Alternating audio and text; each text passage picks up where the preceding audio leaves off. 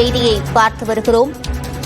NEET தேர்வில் கருணை மதிப்பெண் பெற்ற 1563 பேருக்கு ஜூன் 23ஆம் தேதி மறுதேர்வு நடத்தப்படும் என்ற அறிவிப்பு வெளியாகியிருக்கிறது. இது தொடர்பாக விரிவாக பேசுவதற்காக செய்தி அறையிலிருந்து இணைக்கிறார் நெறியாளர் அபிநயா. இனி உங்களிடம். நன்றி சிவரஞ்சனி. நீதிமன்றத்தில் இந்த வழக்கு தொடரப்பட்ட நிலையில் தேசிய தேர்வு முகமையிடம் விளக்கம் கேட்டபோது இந்த விளக்கத்தை தேசிய தேர்வு முகமை தரப்பில் தெரிவித்திருந்தார்கள். அதாவது கருணை மதிப்பெண் எந்தெந்த மாணவர்களுக்கெல்லாம் வழங்கப்பட்டதோ அந்த 1563 மாணவர்களுக்கும் அந்த கருணை மதிப்பெண் அல்லாமல் மறுதேர்வு நடத்தப்படும். அதற்கான முடிவை இது தொடர்பாக அமைக்கப்பட்ட குழுவில் இந்த முடிவு எடுக்கப்பட்டது என்று தேசிய தேர்வு முகமை தரப்பில் தெரிவித்தார்கள். அதற்கு பிறகாக நீதிபதிகள் ஆலோசனையில் ஈடுபட்ட பிறகு இதனை உத்தரவாக பிறப்பித்திருக்கிறார்கள். இதில் மிக முக்கியமாக ஏற்கனவே கருணை மதிப்பெண்ணோடு வெளியிடப்பட்ட அவர்களுடைய மதிப்பெண்கள் ரத்து செய்யப்பட்டு அந்த கருணை மதிப்பெண் அல்லாமல் அவர்கள் பெற்ற மதிப்பெண்கள் எவ்வளவோ அது சார்ந்த ஸ்கோர் கார்டு வெப்சைட்டில் வெளியிடப்படும் என்று நீதிபதிகள் குறிப்பிட்டிருக்கிறார்கள். மேலும் இந்த மறுதேர்வு ஜூன் 23ஆம் தேதி மறுதேர்வு நடத்தப்படும் என்று தெரிவித்திருக்கிறார்கள். இந்த தேர்வுக்கான அறிவிப்பும் இன்றே வெளியாகும் என்று குறிப்பிட்டிருக்கிறார்கள். ஒட்டுமொத்தமாக 22 லட்சம் மாணவர்கள் இந்த நீட் தேர்வை எழுதியிருந்தார்கள்.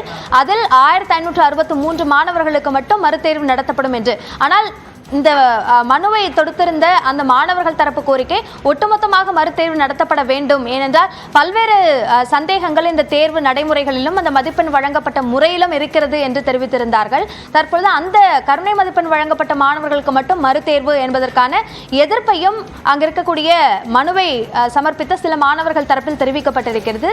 இதற்கு முக்கியமான காரணம் இந்த மாணவர்களுடைய மதிப்பெண் மட்டும் மாறுவதற்கான வாய்ப்பில்லை. அவர்களுடைய மதிப்பெண் பெருவாரியாக மாற்றத்திற்கு உள்ளாகும் போது ஒட்டுமொத்தமாக நீட் தேர்வு எழுதிய மாணவர்களுடைய தரவரிசையிலும் அது தாக்கத்தை ஏற்படுத்தலாம். முழுமையாக அந்த தரவரிசை பட்டியலில் மாற்றம் செய்ய போகிறார்களா அல்லது சில நேரங்களில் இது போன்ற 1-2 மாணவர்களுடைய மதிப்பெண்களில் மாற்றம் ஏற்படும் போது இப்போ 12வது தரவரிசையில் 12வது இடம் பெற்றிருக்கிறார்கள் என்றால் 12க்கும் 13க்கும் இடையில் ஒரு மாணவருக்கான இடம் கிடைக்கிறது என்னும் பட்சத்தில் 12A என்று அவர்களுக்கான தரவரிசை கொடுக்கக்கூடிய முறைகளையும் கடந்த காலங்களில் பார்த்திருக்கிறோம். ஆனால் இந்த முறை இது 1563 மாணவர்கள், அதுவும் அதிகமான மதிப்பெண் பெற்ற மாணவர்கள் என்று பார்க்கும்போது இது சாத்தியமா இதில் என்ற ஒரு கேள்வியும் எழுகிறது. ஆனால் நீதிமன்றத்தினுடைய இந்த உத்தரவு முக்கியமானதாக இருந்தாலும் கூட இந்த மறுதேர்வு ஒட்டுமொத்தமாக மற்ற மாணவர்களுடைய அந்த மருத்துவ மாணவர் சேர்க்கையிலும் அவர்களுடைய தரவரிசையிலும் தாக்கத்தை ஏற்படுத்துமா என்பது ஒரு முக்கியமான கேள்வியாக எழுகிறது. இது சார்ந்த கூடுதல் விவரங்களை நம்முடைய செய்தியாளர் சுசித்ராவிடம் கேட்கலாம். சுசித்ரா, நீதிபதிகள் என்ன உத்தரவை பிறப்பித்திருக்கிறார்கள்? தேசிய தேர்வு முகமையினுடைய பரிந்துரைகளை ஏற்று அந்த பரிந்துரைகளை அப்படியே உத்தரவாக உச்சநீதிமன்றமானது பிறப்பித்துள்ளது. மிக முக்கியமாக ஏற்கனவே இந்த நீட் விவகாரத்தில் 1563 மாணவர்களுக்கு இதற்கு முன்னதாக வழங்கப்பட்டிருந்த, அதாவது கருணை மதிப்பெண்களோடு சேர்த்து வழங்கப்பட்டிருந்த அந்த ஸ்கோர் கார்டுகள் என்பது முற்றிலுமாக தற்பொழுது ரத்து செய்யப்படுவதாக அதிகாரப்பூர்வ உத்தரவை உச்சநீதிமன்றமானது பிறப்பித்திருக்கிறது.